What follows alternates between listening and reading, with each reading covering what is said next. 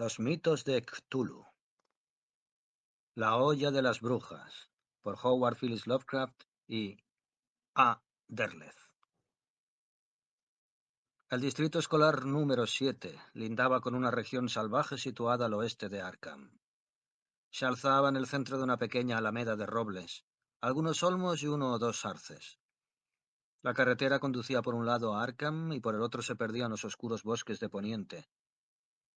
Cuando tomé posesión de mi nuevo cargo de maestro, a primeros de septiembre de 1920, el edificio de la escuela me pareció realmente encantador, a pesar de que no pertenecía a ningún orden arquitectónico y de que era exactamente igual a miles de otras escuelas de Nueva Inglaterra. Amazacotada, tradicional, pintada de blanco, resplandeciente en medio de los árboles que la rodeaban. Era ya por entonces un edificio viejo. Sin duda, estará ahora abandonado o derruido. Actualmente, el distrito escolar dispone de muchos más fondos, pero en aquel tiempo sus subvenciones eran un tanto miserables y escatimaban todo cuanto podía. Cuando entré yo a enseñar, todavía se usaban como libros de texto ediciones publicadas antes de empezar este siglo. A mi cargo tenía hasta 27 alumnos, entre ellos varios, Allen y Watley y Perkins, Dunlop, Abbott, Talbot y también un tal Andrew Potter. No puedo recordar ahora porque exactamente me llamó la atención Andrew Potter. Era un muchacho grandullón para su edad, de cara muy morena, mirada fija y profunda y un cabello negro, espeso, desgreñado. Sus ojos me miraban con una persistencia que al principio me dejaba perplejo, pero que finalmente me hizo sentirme extrañamente incómodo. Estaba en quinto grado, y no tardé mucho en descubrir que podría pasar al séptimo o al octavo con gran facilidad, pero que no hacía ningún esfuerzo por conseguirlo. Daba la impresión de que se limitaba a tolerar a sus compañeros, los cuales por su parte le respetaban, no por afecto, sino más bien por miedo. Muy pronto comencé a darme cuenta de que este extraño muchacho me trataba con la misma divertida tolerancia que a sus condiscípulos. Tal vez fuese su forma de mirar lo que inevitablemente me llevó a vigilarle con disimulo en la medida que lo permitía el desarrollo de la clase. Así fue como llegué a advertir un hecho vagamente inquietante. De cuando en cuando, Andrew Potter respondía a un estímulo que mis sentidos no llegaban a captar, y reaccionaba exactamente como si alguien lo llamara. Se despabilaba entonces, se ponía alerta y adoptaba la misma actitud que los animales cuando oyen ruidos imperceptibles para el oído humano. Cada vez más intrigado, aproveché la primera ocasión para preguntar sobre él. Uno de los chicos de octavo grado, Wilbur Dunlop, solía quedarse después de terminar la clase y ayudar a la limpieza del aula. Wilbur, dije una tarde, cuando todos se hubieron marchado. Observo que ninguno de vosotros le hacéis caso a Andrew Potter. ¿Por qué? Me miró con cierta desconfianza y reflexionó antes de encoger los hombros para contestar. No es como nosotros. ¿En qué sentido? El niño sacudió la cabeza. No le importa si le dejamos jugar con nosotros o no. Además, no quiere. Parecía contestar de mala gana, pero a fuerza de preguntas conseguí sacarle alguna información. Los Potter vivían hacia el interior, en las colinas boscosas de Poniente, cerca de una desviación casi abandonada de la carretera que atraviesa aquella zona selvática. Su granja estaba situada en un valle pequeño conocido en la localidad como la Olla de las Brujas, y que Wilbur describió como un sitio malo. La familia constaba de 4 miembros: Andrew, una hermana mayor que él, y los padres. No se mezclaban con la demás gente del distrito, ni siquiera con los Dunlop, que eran sus vecinos más cercanos y vivían a 1 kilómetro de la escuela y a unos 7 de la Olla de las Brujas. Ambas granjas estaban separadas por el bosque. No pudo o no quiso decirme más. Cosa de una semana después pedí a Andrew Potter que se quedara al terminar la clase. No puso ninguna objeción, como si mi petición fuera la cosa más natural. Tan pronto como los demás niños se hubieron marchado, se acercó a mi mesa y esperó de pie, con sus negros ojos expectantes fijos en mí y una sombra de sonrisa en sus labios llenos. He estado examinando tus calificaciones, Andrew, dije, y me parece que con un pequeño esfuerzo podrías pasar al sexto grado, quizá incluso al séptimo. ¿No te gustaría hacer ese esfuerzo? Se encogió de hombros. ¿Qué piensas hacer cuando dejes la escuela? Encogió los hombros otra vez. ¿Vas a ir al Instituto de Enseñanza Media de Arkham? Me examinó con unos ojos que parecían haber adquirido súbitamente una agudeza penetrante. Había desaparecido su letargo. Señor Williams, estoy aquí porque hay una ley que dice que tengo que estar, contestó. Ninguna ley dice que tengo que ir al instituto. ¿Pero no te interesaría? No importa lo que me interesa. Lo que cuenta es lo que mi gente quiere. Bien, hablaré con ellos, decidió en ese momento. Vamos, te llevaré a casa. Por un instante apareció en su expresión una sombra de alarma, pero unos segundos después se disipó, dando paso a ese aspecto de letargo vigilante tan característico en él. Se volvió a encoger de hombros y permaneció de pie, esperando, mientras guardaba yo mis libros y papeles en la cartera que habitualmente llevaba conmigo. Luego caminó dócilmente a mi lado hasta el coche, y subió, mirándome con una sonrisa de inequívoca superioridad. Nos internamos en el bosque. Íbamos en silencio, muy en armonía con la melancólica tristeza que se iba apoderando de mí al entrar en la región de las colinas. Los árboles se ceñían a la carretera, y cuanto más nos adentrábamos, más sombrío se volvía el bosque, tanto quizá porque estábamos a últimos de octubre como por la espesura cada vez mayor de la arboleda. De unos claros relativamente extensos nos sumergimos en un bosque antiguo, y cuando finalmente nos desviamos por un camino vecinal, poco más que una vereda, que me señaló Andrew en silencio, comenzamos a rodar por entre árboles viejísimos, extrañamente deformados. Tenía que conducir con precaución.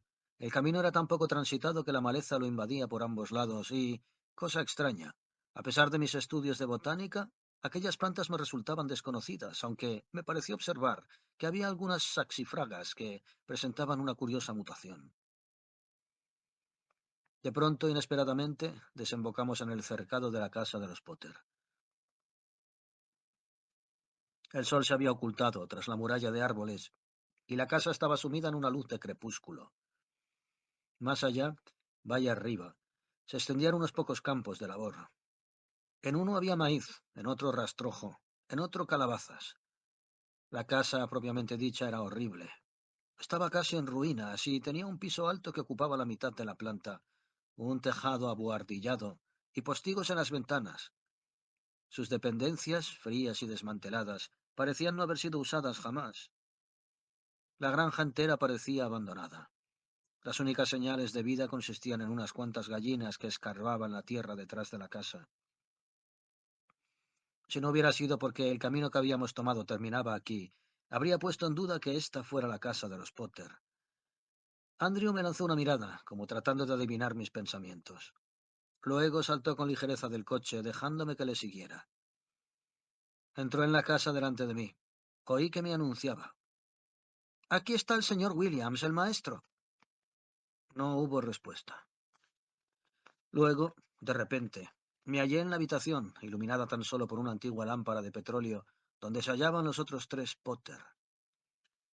El padre era un hombre alto, de hombros caídos y pelo gris, que no tendría más de 50 años, pero con aspecto de ser muchísimo más viejo, no tanto física como psíquicamente. La madre estaba indecentemente gorda, y la chica, alta y delgada, tenía el mismo aire avisado y expectante que había observado en Andrew. Andrew hizo brevemente las presentaciones, y los cuatro permanecieron a la espera de que yo dijese lo que tuviera que decir. Me dio la impresión de que su actitud era un tanto incómoda, como si desearan que terminase pronto y me fuera.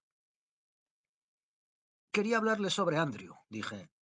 Veo grandes aptitudes en él y podría avanzar un grado o dos si estudiara un poquito más. Mis palabras no obtuvieron respuesta alguna. Estoy convencido de que tiene suficientes conocimientos y bastante capacidad para estar en 8º grado, dije, y me callé.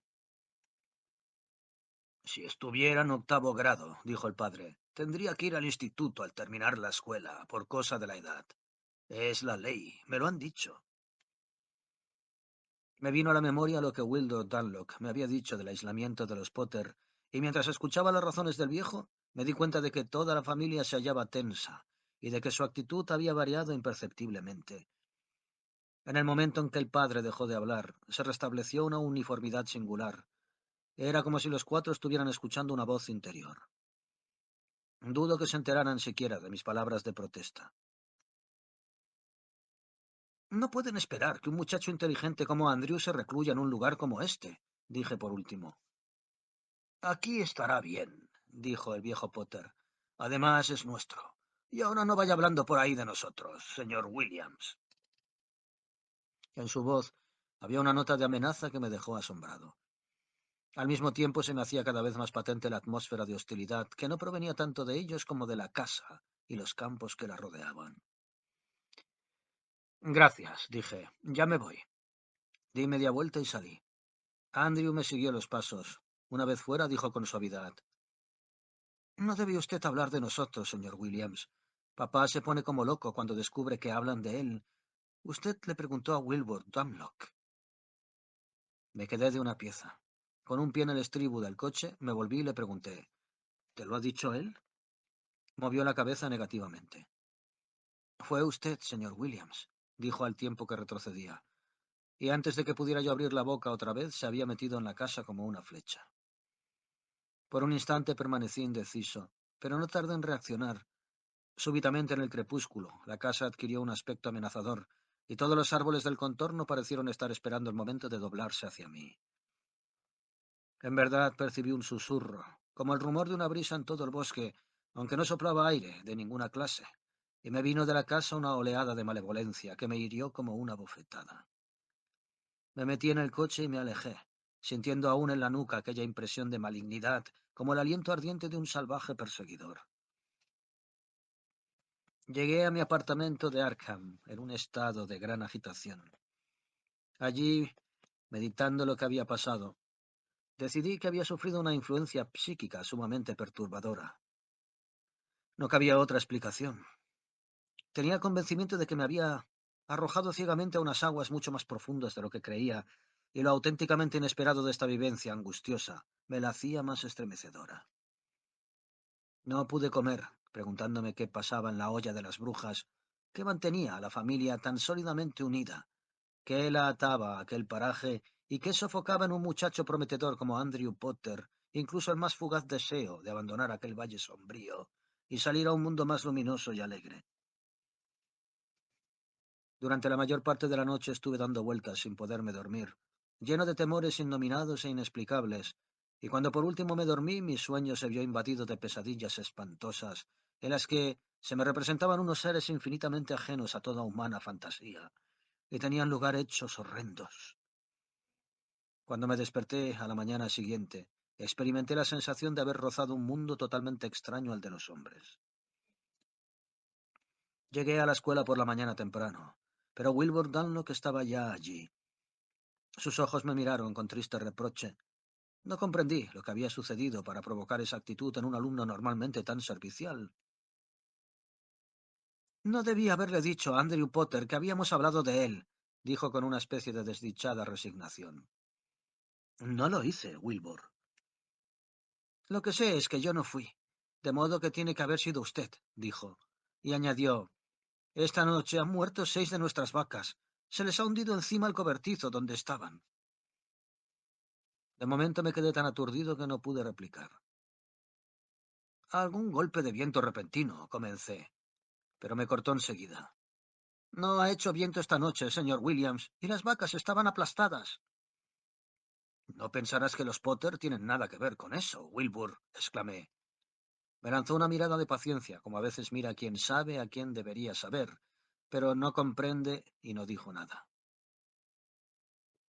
Esta noticia me pareció aún más alarmante que la experiencia de la tarde anterior. Por lo menos Wilbur estaba convencido de que había una relación entre nuestra conversación sobre la familia Potter y la pérdida de la media docena de vacas, y estaba tan hondamente convencido de ello que de antemano se veía que nada en el mundo podría disuadirle. Cuando entró Andrew Potter, traté inútilmente de descubrir en él algún cambio desde la última vez que le vi. Mal que peor concluí aquella jornada de clase. Inmediatamente después de terminar, me marché apresuradamente a Arkham y me dirigí a las oficinas de la Gazette, cuyo redactor jefe como miembro del Consejo de Educación del Distrito se había portado muy amablemente conmigo, ayudándome a encontrar alojamiento. Era un hombre de casi 70 años y tal vez podría ayudarme en mis indagaciones. Mi cara debía reflejar el estado de agitación que sentía, porque nada más entrar levantó las cejas y dijo: «¿Qué le pasa, señor Williams?». Traté de disimular, toda vez que nada en concreto podía exponer, y visto a la fría luz del día, lo que tenía que contar parecería locura a cualquier persona sensata. Dije solamente: «Me gustaría saber algo sobre la familia de los Potter, que vive en la Hoya de las Brujas, al oeste de la escuela». Me lanzó una mirada enigmática. «¿No ha oído hablar nunca del viejo hechicero Potter?», preguntó, y antes de que pudiera contestar prosiguió: «No, naturalmente. Usted es de Brattleboro. Difícilmente podría esperarse que los de Vermont se enteraran de lo que ocurre en una apartada región de Massachusetts. Pues verá, el viejo vivía antes allí, él solo. Era ya bastante viejo cuando yo lo vi por primera vez, y estos Potter de ahora eran unos familiares lejanos que vivían entonces en el Alto Michigan. Heredaron la propiedad y vinieron a establecerse ahí cuando murió el hechicero Potter». «¿Pero qué sabe usted de ellos?», insistí. «Nada, lo que todo el mundo», dijo, «que cuando vinieron era gente muy afable, que ahora no hablan con nadie, que no salen casi nunca, y muchas habladurías sobre animales que se extravían y cosas así. La gente relaciona lo uno con lo otro». De esta forma siguió la conversación, en el curso de la cual lo sometió a un verdadero interrogatorio. Y así fue, como escuché una mezcla de desconcertante de leyendas, alusiones, relatos contados a medias y sucesos totalmente incomprensibles para mí. Lo que parecía indiscutible era que había un lejano parentesco entre el hechicero Potter y un tal brujo Whately que vivió cerca de Dunwich. Un tipo de mala calaña, según mi amigo el redactor jefe. También parecía indudable que el viejo hechicero Potter había llevado una vida solitaria, que había alcanzado una edad avanzadísima y que la gente solía evitar el paso por la Hoya de las Brujas. Lo que parecía pura fantasía eran las supersticiones relacionadas con esa familia. Se decía que el hechicero Potter había invocado algo que bajó del cielo y vivió con él, o en él, hasta su muerte, y que un viajero extraviado, hallado en estado agónico en la carretera general, había dicho en sus últimas ansias algo así como que una cosa con tentáculos, un ser pegajoso de gelatina con ventosas en los tentáculos, salió del bosque y le atacó. Mi amigo me contó varias historias más por el estilo. Cuando terminó, me escribió una nota para el bibliotecario de la Universidad de Miskatonic en Arkham y me la tendió. «Dígale que le facilite este libro. Quizá le sirva de algo». Encogió los hombros. «O tal vez no. La gente joven de hoy no se preocupa por nada». Sin pararme a cenar, proseguí mis investigaciones sobre un tema que, según presentía, me iba a ser de utilidad si quería ayudar a Andrew Potter a encontrar una vida mejor. Pues era esto, más que el deseo de satisfacer mi curiosidad, lo que me impulsaba. Me fui a Arkham y una vez en la biblioteca de la Universidad de Miskatonic busqué al bibliotecario y le di la nota de mi amigo. El anciano me miró con suspicacia y dijo: «Espere aquí, señor Williams», y se fue con un manojo de llaves. Deduje, pues, que el libro aquel estaba guardado bajo llave. Esperé un tiempo que se me antojó interminable. Comencé a sentir hambre y empezó a parecerme poco decorosa mi precipitación. Pero no obstante, intuí que no había tiempo que perder, aunque no sabía exactamente qué catástrofe me proponía impedir. Finalmente subió el bibliotecario, portador de un volumen antiguo, y me lo colocó en una mesa al alcance de su vista. El título del libro estaba en latín: Necronomicon, aunque su autor era evidentemente árabe, Abdul al-Asred, y su texto estaba escrito en un inglés arcaico. Comencé a leer con un interés que pronto se convirtió en total turbación. El libro se refería a antiguas y extrañas razas invasoras de la Tierra, a grandes seres míticos llamados unos dioses arquetípicos y otros primordiales de exóticos nombres como Cthulhu y Hastur, Shub-Niggurath y Azathoth, Dagon e Izaqua, Wendigo y Cthulhu. Todo ello se relacionaba con una especie de plan para dominar la Tierra. Al servicio de estos seres estaban ciertos pueblos extraños de nuestro planeta, los Cho-Cho, los Profundos y otros. Era un libro repleto de ciencia cabalística y de hechizos. En él se relataba una gran batalla interplanetaria entre los dioses arquetípicos y los primordiales, y cómo habían sobrevivido cultos y adeptos en lugares remotos y aislados de nuestro planeta, así como en otros planetas hermanos. No comprendí la relación que podía haber entre ese galimatías y el problema que a mí me preocupaba. La extraña e introvertida familia Potter, con su deseo de soledad y su forma antisocial de vivir. No sé cuánto tiempo estuve leyendo. Me interrumpí al darme cuenta de que, no lejos de mi mesa, había un desconocido que no me quitaba ojo sino para ponerlo en el libro que yo leía. Cuando se vio descubierto se me acercó y me dirigió la palabra. Perdóneme, dijo, pero ¿qué interés puede tener ese libro para un maestro nacional? Eso me pregunto yo, contesté. Se presentó como el profesor Martin King. Puedo afirmar, añadió, que me sé el libro ese prácticamente de memoria. Es un fárrago de supersticiones. ¿Usted cree? Completamente. Entonces ha perdido usted la facultad de asombrarse. Dígame, señor Williams, ¿por qué motivo ha pedido ese libro? Me quedé dudando, pero el profesor King me inspiraba confianza. Salgamos a dar una vuelta, si no le importa. Accedió con mucho gusto. Devolví el libro a la biblioteca y me reuní con mi reciente amigo. Poco a poco, y lo mejor que pude, le hablé de lo que pasaba con Andrew Potter de la Casa de la Olla de las Brujas, de mi extraña experiencia psíquica e incluso del curioso incidente de las vacas de los Dunlock.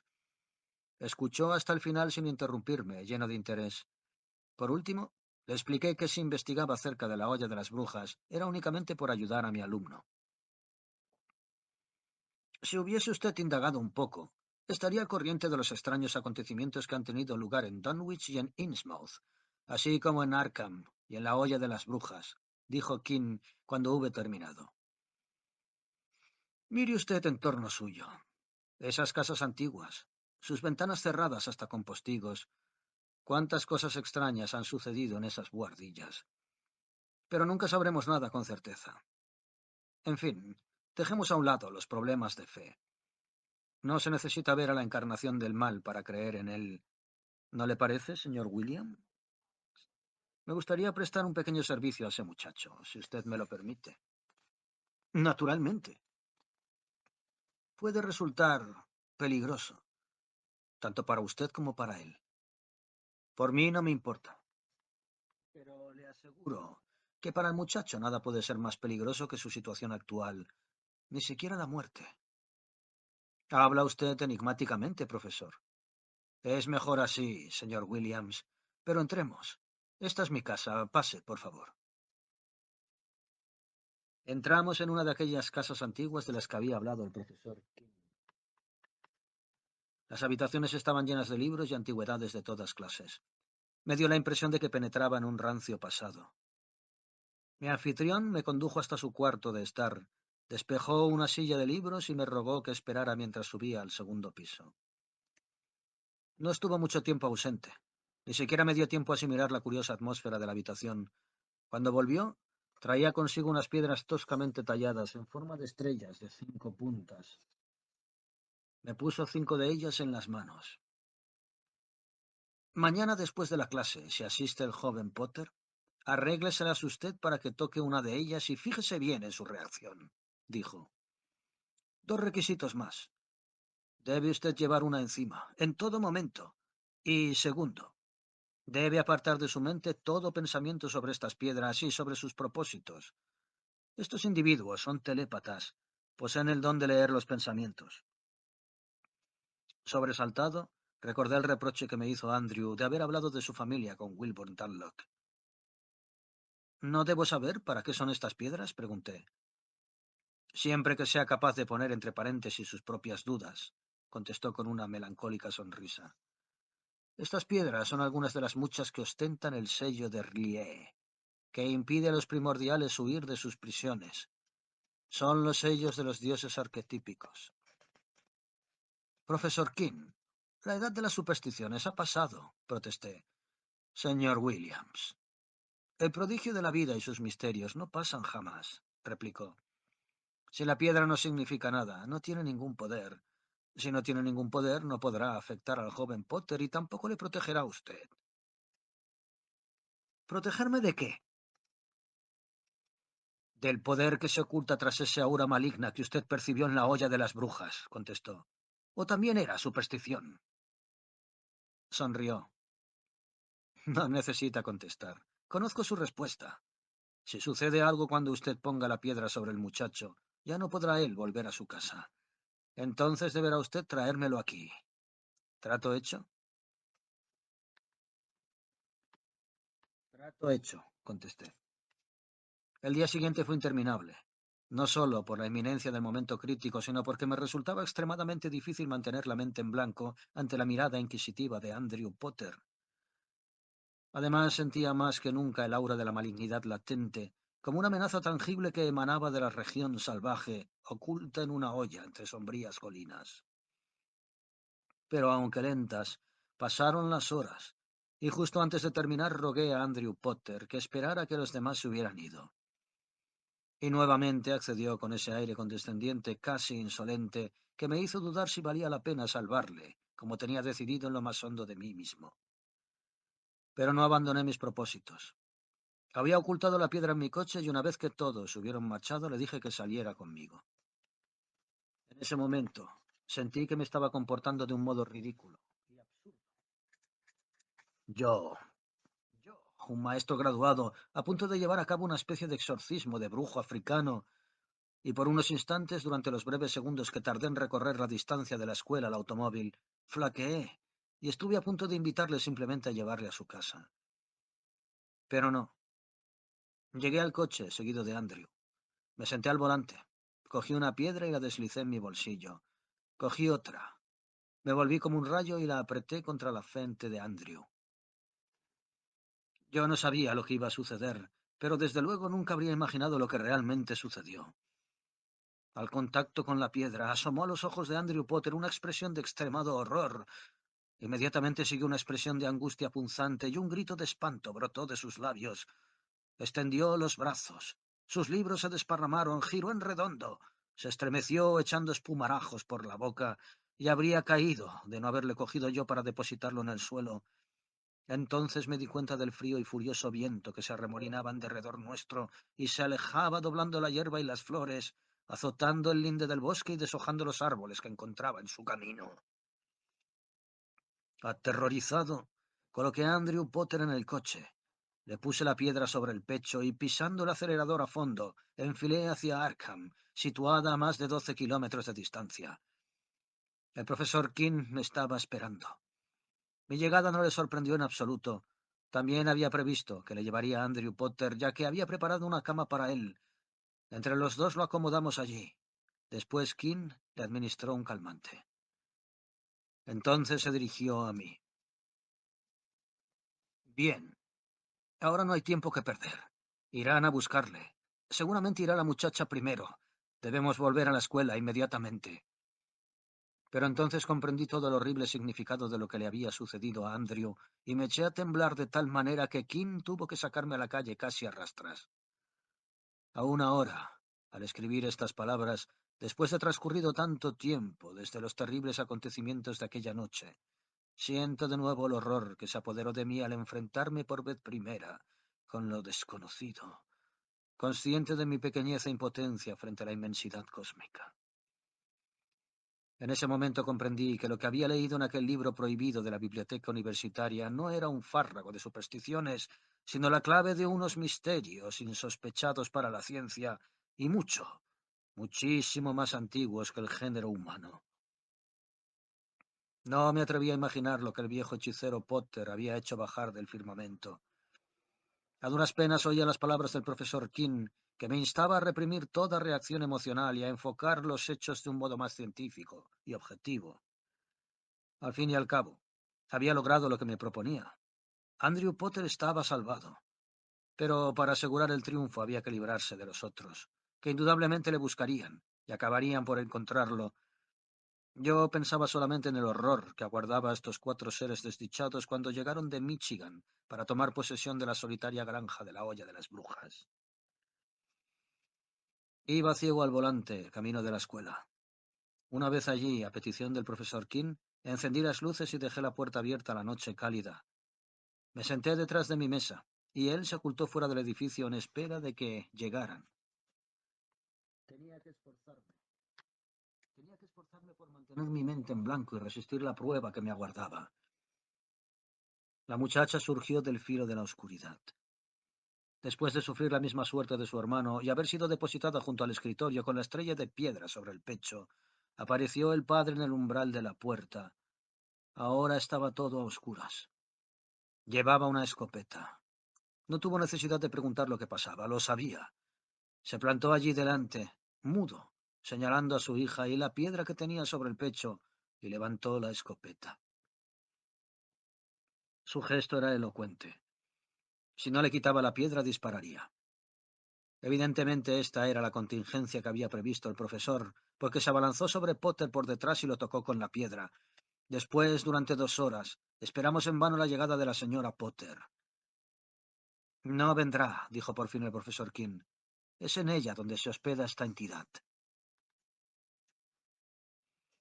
Hubiera jurado que era en su marido. Muy bien, no tenemos otra alternativa. Hay que ir a la olla de las brujas. Estos dos pueden quedarse aquí.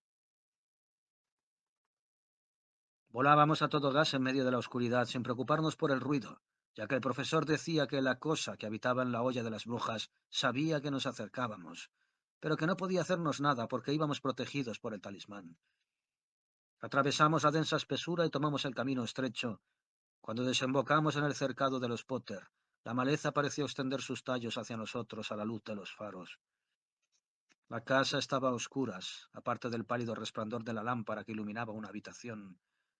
El profesor King saltó del coche con su bolsa llena de estrellas de piedra y se puso a sellar la casa. Colocó una piedra en cada una de las 2 puertas y una en cada ventana. Por una de ellas vimos a la señora Potter sentada ante la mesa de la cocina, impasible, vigilante, enterada, sin disimulos ya, muy distinta de la mujer que habíamos visto hacía mucho en esta misma casa. Ahora parecía una enorme bestia acorralada. Al terminar su operación, mi compañero volvió a la parte delantera de la casa y, apilando unos montones de broza contra la puerta sin atender a mis protestas, pegó fuego al edificio. Luego volvió a la ventana para vigilar a la mujer, y me explicó que solo el fuego podía destruir esa fuerza elemental, pero que esperaba salvar todavía a la señora Potter. Quizás sería mejor que no mirara, señor Williams. No le hice caso. Ojalá se lo hubiera hecho, y me habría evitado las pesadillas que perturban mi descanso hasta el día de hoy. Me asomé a la ventana por detrás de él y presencié lo que sucedía en el interior. El humo del fuego estaba empezando a penetrar en la casa. La señora Potter, o la monstruosa entidad que animaba su cuerpo obeso, dio un salto. Corrió atemorizada a la puerta trasera, retrocedió a la ventana, se retiró y volvió al centro de la habitación, entre la mesa y la chimenea aún apagada. Allí cayó al suelo, jadeando y retorciéndose.